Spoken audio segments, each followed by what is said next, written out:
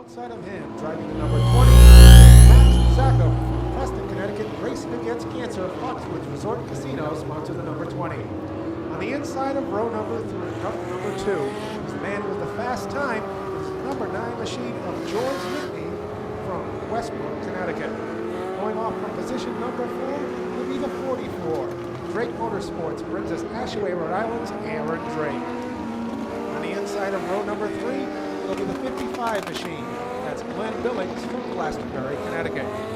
6th starting spot will go to Chris Bakaj in the Bakaj Construction Home Selling Team, number 32. The 7th starting position goes to Jason Palmer, driving the number 17. From Berlin, Connecticut, Manifold Brothers Gray Wolf Construction and Rock Landscape sponsor him. 8th starting spot goes to the 52. That is Mark Bakaj from Lebanon, Connecticut, Home Selling Team, Bakaj Homes LLC, Equity, sponsor the number 52. 9th on our field from Sanford, Maine is the number 05 of Jacob Dorr. 10th starting spot will go to the 09, that is Mike Beebe from Old Saybrook, Connecticut. Coming at us from position number 13 is the number 14, that is Justin Rao from Plantsville, Connecticut.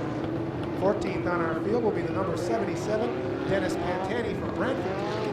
B. Pantani and Sons Builders, Brantford Building Supply, sponsor the number 77.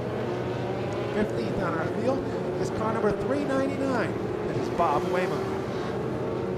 Next to him will be the number 47 machine, that is David Smith from Groton. Beacon Marine Credit and Sailing Specialties, J.J. Custo, sponsor the 47 machine. 17th starting position goes to the number 25, that is Chris Pritt. From East Line, Moonlight Media, Live Tavern, and Max Package Store, sponsor Chris. As an auctioneer, we are ready to get him started. 50 laps, highlight of the year. Richard Dowdy takes the early lead. Dowdy leads the charge, and here comes Max Zackham and the number 9 of George Whitney as they go down the backstretch. Zackham and Whitney side by side in turn number 3. Max Attack'em Zackham is living up to his nickname, going high to get some momentum. So Dowdy trying to hang on to the lead, but here comes Zackham roaring on the outside.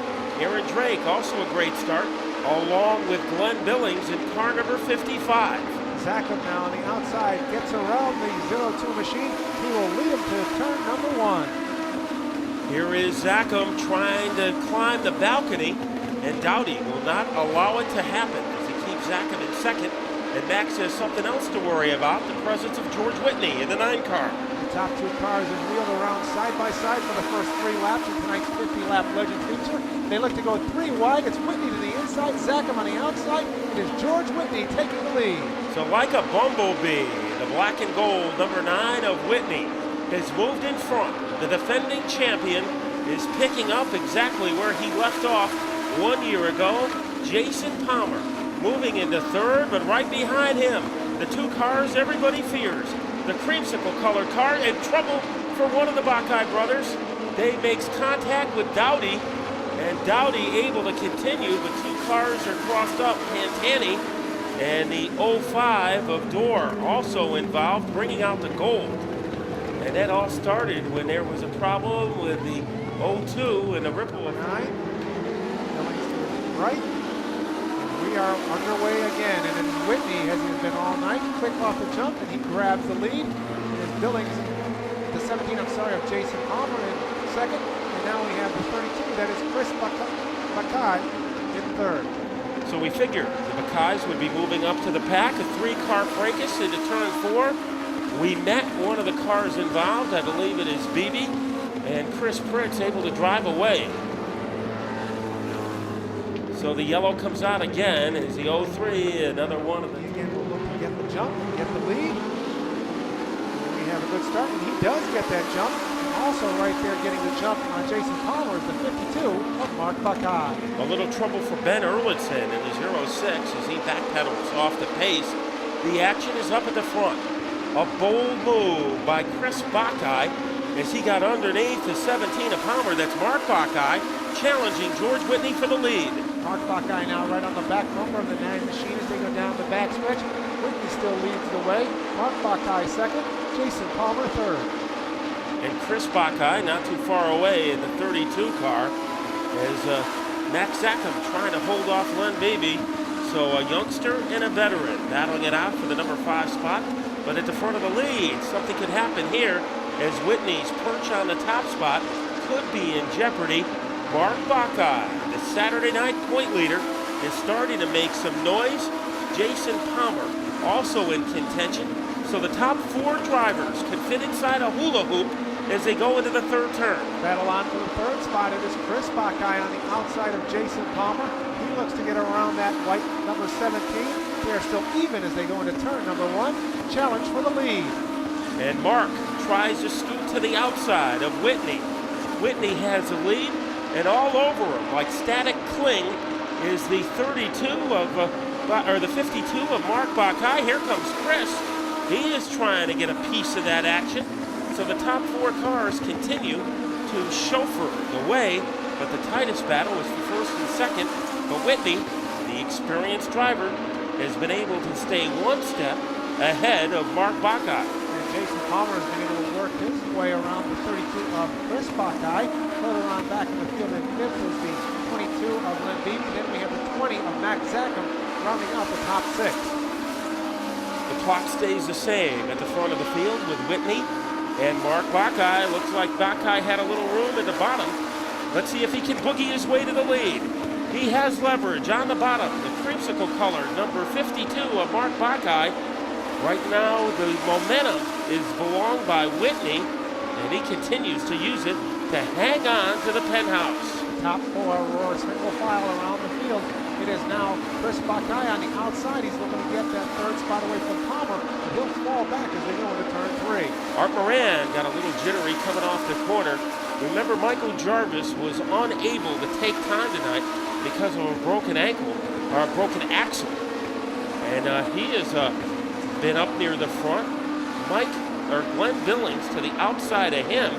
So look at Billings, might be the fastest blip on the radar screen. He got around the 31 of Jarvis, and now he approaches Moran in car number 66. And another car that had earlier troubles is the 77 of Dennis Pantani. Pantani now around the 31 of Jarvis. He'll gain that spot as they go down the backstretch. At the front of the field, they are approaching lap traffic as they get around the 87 car.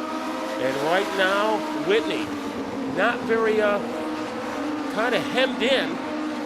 As let's see what the 9 does. He almost climbed up the back of the 92 car, a white.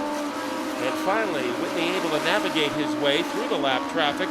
Things got a little scary as the 9 car of Whitney almost had a pogo stick over the 92 car of white, and he made it through without a scratch. The top 4 continue to run single file around the speedway.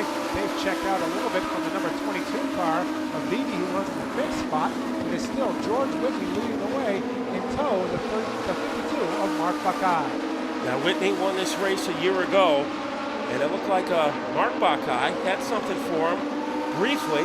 Now again, he has room, the power alley on the bottom, and he's headed to the fence, and a costly play for Mark Bakaj as he goes from 2nd to 4th, and Jason Palmer is able to scramble to the number 2 position. Now Palmer takes up the battle against our leader, George Whitney, as they go into turn number 1. Palmer closes in on the number 9 machine as they go down turn number 2 and head down the backstretch. So Mark Bakaj is going to have plenty of time to recover.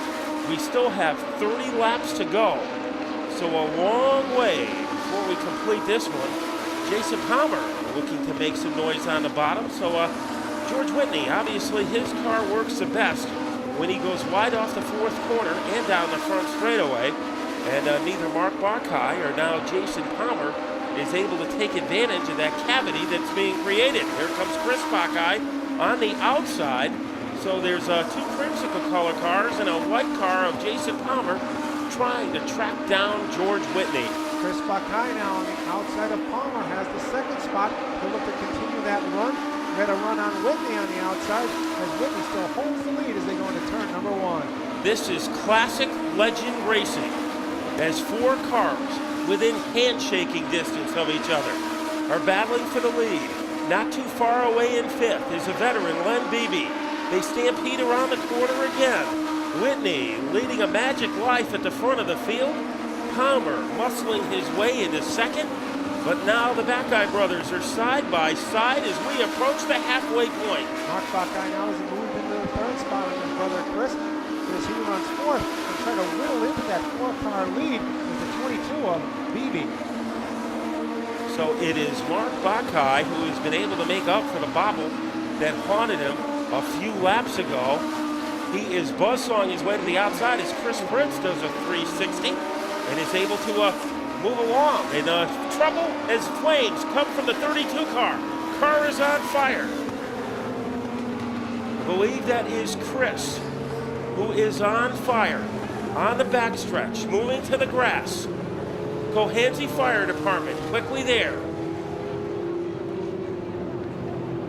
So let's see if he can get out of the car with all the safety equipment. It takes a while sometimes, and he is out of the car. Chris Bakaj is out of the race car. And firing, let's go back to Dave. And once again, George Whitney gets the lead as they go into turn number 1. And here comes the 52, Mark Bakaj on his back bumper, side by side for the second spot with Jason Palmer. And Mark Bakaj now shimmies his way into second as he got leverage underneath Palmer. In fourth place is BB, and the man who has probably passed more drivers than anybody else tonight, Glenn Billings in car number 55, one notch ahead of Max Zackham. So now, before it was Chris Bakaj and George Whitney, Mark had his chances momentarily. Remember, he tried to go underneath him, and he wound up losing it and almost wound up against the fence. So a resumption of that battle between Whitney and Bakaj.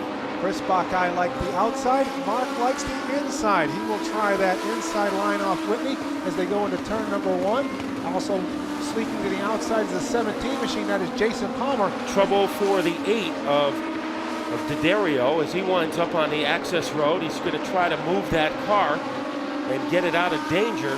Right now, once again, Mark Bakaj has a little room underneath Whitney, but we've been seeing that all night long. Now, another car has gone in, I believe Smith, and we'll see if D'Addario can get that car moving. Right now, moving fastest of all, and D'Addario does move it, as here comes Whitney, and here comes Bakaj. Maybe this is a chance. But Whitney is able to hold him off for just seconds as they go down the backstretch. Bakaj continues to work that inside of the number 9 machine. He'll try to get another run as they come off 4. This time, 18 laps left. Now Jason Palmer has become involved again. Remember, he always saves his best work for the closing laps. We still have a long way to go. 17 laps when they hit the stripe. George Whitney playing offense tonight, keeping his car high where it does the most good. Mark Bakaj has had room to exploit. Whitney has been giving him a lane, but so far, Whitney has been unable to get jostled from the top spot. And Jason Palmer runs third and also looking to work their way back into the battle. It's the 22 of Len Beebe and the 55 of Glenn Billings as those 5 cars have closed up together. Once again, things are getting crowded at the front. Whitney almost had an invader, and that is the 52 of Mark Bakaj. So it is Whitney leading, and close enough to carve his initials in the back bumper is Mark Bakaj, and Bakaj also has to worry about the man behind him, Jason Palmer. The track record for Palmer, fantastic finishes. It is still Whitney leading the way on his back bumper, though, all the way is Chris Bakaj. Mark Bakaj now, he'll work to the outside as his brother did, but he'll fall back once again, and that allows Jason Palmer to run. Palmer for the lead. And as Bakaj got caught in the outskirts, here comes Palmer. Dive bomb, bold, aggressive move, but not good enough to get Whitney away from the top spot. Those 3 cars continue their battle around the speedway. Now it is Mark Bakaj again in second. Jason Palmer to the inside of the 52 machine and still leading the charge, the number 9 of George Whitney. So Bakaj has done everything except grab the steering wheel out of the car. Nothing has worked. He's made a good recovery to get back into second. He relinquished that spot moments ago. Palmer refuses to fade. He is third. Classic Legends action.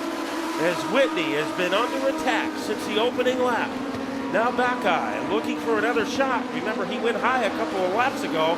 I don't think he'll try that maneuver again. The final 10 laps will unfold. This time by, it is still George Whitney being pressured by the 52 of Mark Bakaj. They'll go into turn number 1. Bakaj will try the outside again and fall back. Well, he's hanging pretty tough and pretty close to the 9 of Whitney, as those two guys can share the same Hans device. Also in the picture is Palmer. So Bakaj did try the outside again, and once again, it did not pay off. Maybe he is just setting Whitney up for a bold move on the bottom during the final laps of this race. They blast their way through the lap traffic. Gold comes out. 17 of Jason Palmer. James Warner gives him the go-ahead. Great start, Bakaj. Beck Zackham trying to make his presence on the outside, and here comes Len Beebe like a pinball, flying in the number 3 position. But Mark Bakaj holds the lead as they go into turn number 1. It is Jason Palmer running in the 2nd spot. The battle is on for the 3rd position as Len Beebe, now Dennis Pantani, is up on the inside of Max Zackham. Zackham almost hit the barrier, and Pantani is able to get the number 4 position. So Pantani, a man on the move, but nobody is moving quicker than Mark Bakaj. 7 laps to go. Jason Palmer, Jags, his father said, he might be holding something back, but now is the time to go. So patience is over. He is going to have to make an aggressive move to derail Mark Bakaj. Trouble down the backstretch as Pantani slides into the infield in turn number 3. He will fire that machine up. The wheels will continue under green with Mark Bakaj leading the way and Jason Palmer running 2nd. He brings it back out onto the speedway. Palmer has closed the gap, going outside, looking for momentum. So that time Palmer lost ground as he went to the outside. Now Bakaj trying to use the lap car. Pantani is an ally.